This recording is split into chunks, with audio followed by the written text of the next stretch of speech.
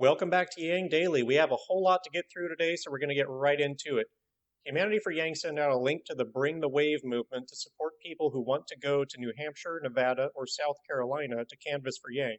So if you can't make it to Iowa, but you could make it to one of the other early voting states, please sign up at the link in the description.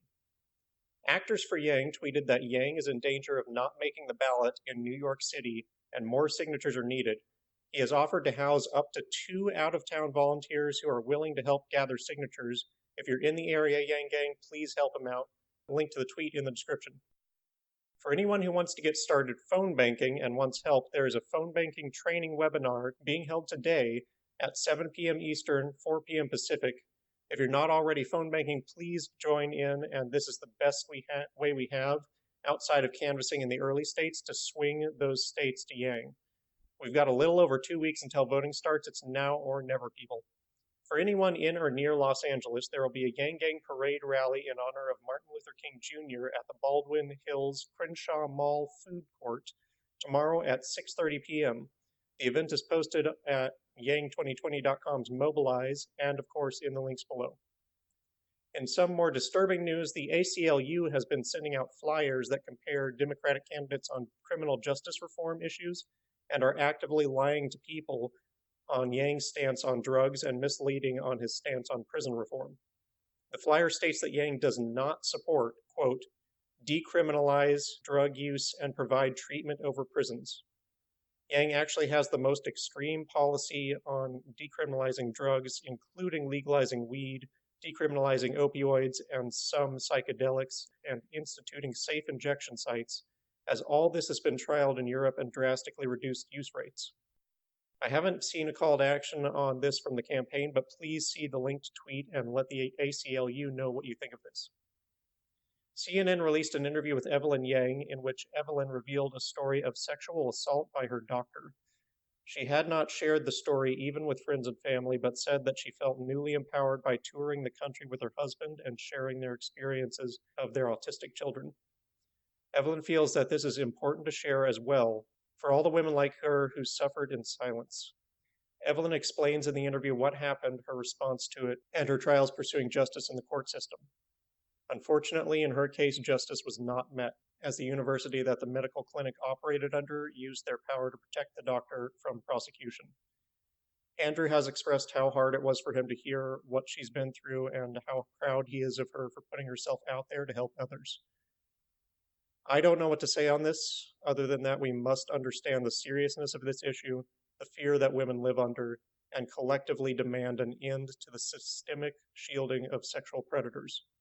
This is not a women problem, this is a human problem, and we all need to be invested in the solution. Evelyn Yang's lawyer revealed to Dana Bash that since Evelyn's testimony last night, she has inspired 6 women to come forward with their own sexual assault stories connected to the same doctor.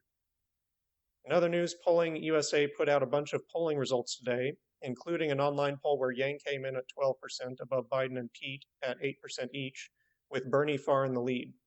I was not able to find any details on the way these polls were conducted apart from online or telephone, so I'm not going to read much into them at this point. Emerson College Polling released an unusual breakdown of their recent poll in New Hampshire.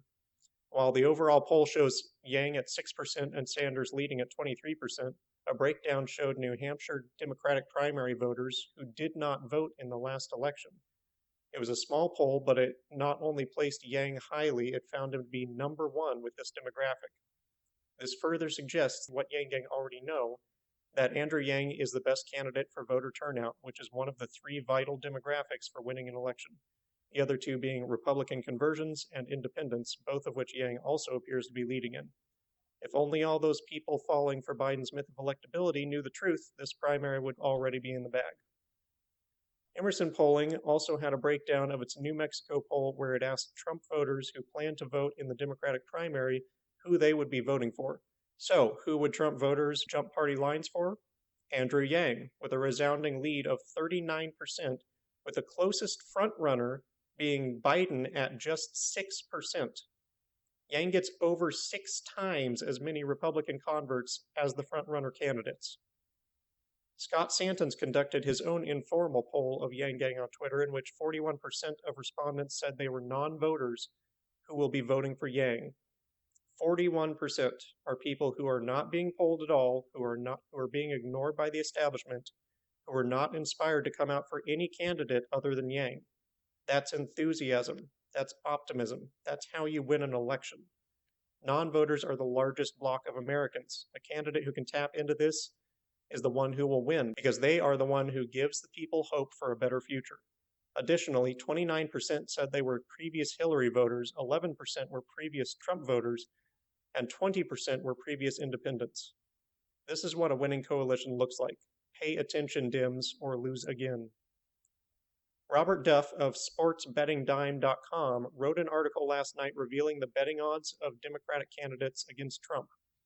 Bernie Sanders came out at even odds with Trump, while all other matchups favored Trump, except for Andrew Yang, who was the only candidate to come in favored against Trump. You may have heard that last election betting odds were a better predictor of the election's outcome than polling. This time, they are predicting that Yang is the only Democrat who would beat Trump. Phenomenal World released the findings of a research paper today, which studied the effects of a UBI cash transfer operating across New York City. While I haven't had time to dig into it, they reported that the UBI actually reduced housing inflation rather than exacerbating it, as it resulted in more people sharing housing and thus a lower demand for housing. This lowered both rent and house prices. This is something I've been having to explain to a lot of people online, that everyone having a guaranteed income that isn't tied to employment and rural economies being boosted by increased consumer buying power, as well as higher rates of entrepreneurship, make it much easier for people to live outside of metropolises, which reduces the housing demand that has been inflating housing prices. Keep in mind, this study was only looking at UBI in a single city, so it didn't even see the benefits that I'm talking about, which would happen with a nationwide UBI. Conclusion: UBI would not cause housing inflation, it would reduce housing prices substantially. It's always good to have one more piece of evidence to point to on that. Quad City Times put out an article today covering the effects of Danny Hernandez and Katie Kinsey in their grassroots movement, creating a sorority house in Iowa to host themselves and 33 other women to canvass for Yang all this month. It describes how diverse the group is in age and home location, in political ideology, and how Yang's policies and humanity first approach have united them all, particularly UBI, which they consider the greatest policy on the table to empower women. I only had time to skim through it, but this is definitely an article that all of us should give views to, read, and share as much as possible, Yang Gang. A clip surfaced from a rally where Yang said that Dave Chappelle mentioned to him he has been getting flooded with messages from people not wanting to contact him, but wanting to contact Yang. The fame is rising, Yang Gang. Edward Isaac Dovier of The Atlantic put out an article today titled, "Andrew Yang's Campaign is Not a Joke." Nice of you to notice, Edward. The article covers how Yang has outlasted so many well-known politicians, how he and his policies are directing the Democratic political conversation, much as Bernie did before, and how this tightly contested primary could leave room for him to win. It also included many foreign policy questions, including how Yang would handle Iran, Brexit, cabinet positions, and Israel. The Yang Doctrine was discussed, UBI, its interaction with welfare, and how it would get passed. It concludes with this quote from Yang, quote, "As the process goes on, I'm getting stronger and stronger. I will be unbeatable. Trump knows it. That's why he's never mentioned me. He's hoping the Democratic Party doesn't realize it," end quote.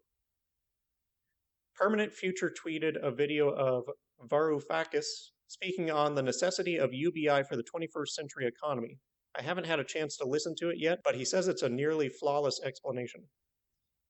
I missed this, so it's a bit old, but Macaulay Yang on Twitter, aka I Can't Get the Name I Want on YouTube, posted a touching Yang Gang video tribute commemorating the efforts of the Yang Gang to the young and crazy theme from Apple's old commercial. It's short but effective. All right, on to the day's Yang policy. In light of the ACLU's flyers, it seems appropriate to make Yang's opioid policy the pick of today. Yang has studied what's been done elsewhere in the world to combat addiction and is following the data that found decriminalization of opioids and safe injection sites significantly reduced abuse rates in Europe. Yang would do the same here, with those caught dealing still being sent to prison, but those caught using being sent to rehab instead. In light of the massive opioid epidemic killing record numbers of citizens right now as a result of pharmaceutical companies' criminal negligence in pushing the drugs where they were not needed, Yang would also levy a tax on those companies to fund quintupling federal spending on rehab and treatment services. Yang would also implement new regulations on the prescription and marketing of opioids. Too much to detail here. Today's Yang Daily 10 task is to donate to an organization that supports women who are victims of sexual assault. You'll find a list of the yangdaily10.com's organization picks on their site. And that's our Yang News for today. Sign up to Canvas in Iowa, get started phone banking with the webinar, check Yang 2020 events in your area, donate to a women's charity, and check out the new articles and new evidence for Yang's electability and spread it around. We've got a country to save. Let's get out there and make it happen, Yang Gang.